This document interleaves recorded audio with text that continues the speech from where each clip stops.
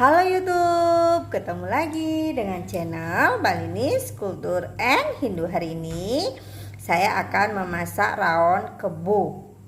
Nah, biasanya di Buleleng itu sebelum Hari Raya Galungan itu ada proses penyembelihan atau nampah kebo istilahnya. Di sini saya sudah punya daging kebo.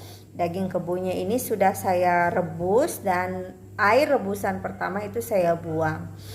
Daging ini akan saya rebus lagi sampai empuk, barulah dimasukkan bumbu. Nah, bumbunya di sini saya sudah punya bumbu jadi. Ini saya beli ya, beli di tempat penyembelihan rawon kebo ini. Kemudian saya tambahkan daun salam dan 2 batang serai. Ayo kita mulai memasak. Daging kebonya sudah saya rebus lagi ya, kurang lebih ini sudah lama saya proses perebusannya agar dagingnya benar-benar empuk dan bisa dimakan dengan enak. Jadi sekarang saya akan masukkan bumbunya. Kita masukkan daun salam, terus kita masukkan bumbu rawonnya dan serainya.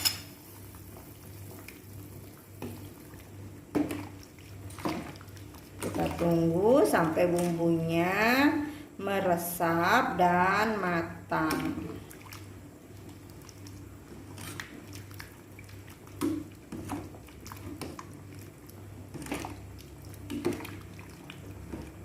Kita tunggu ya bumbunya matang. Aduh, jatuh dia. Saya tambahkan 1 sendok makan kecap sauri ya.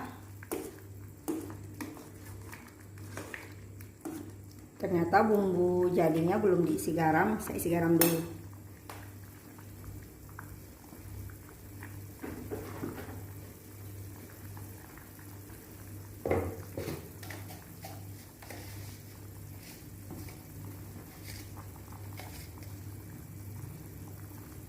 Satu sendok makan garam.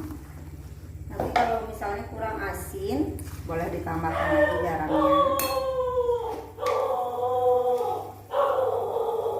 Seperempat gula,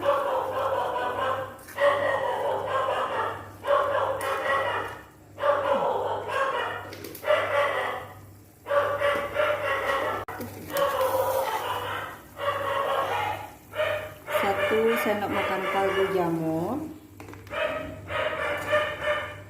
Kita cek rasanya apakah sudah enak.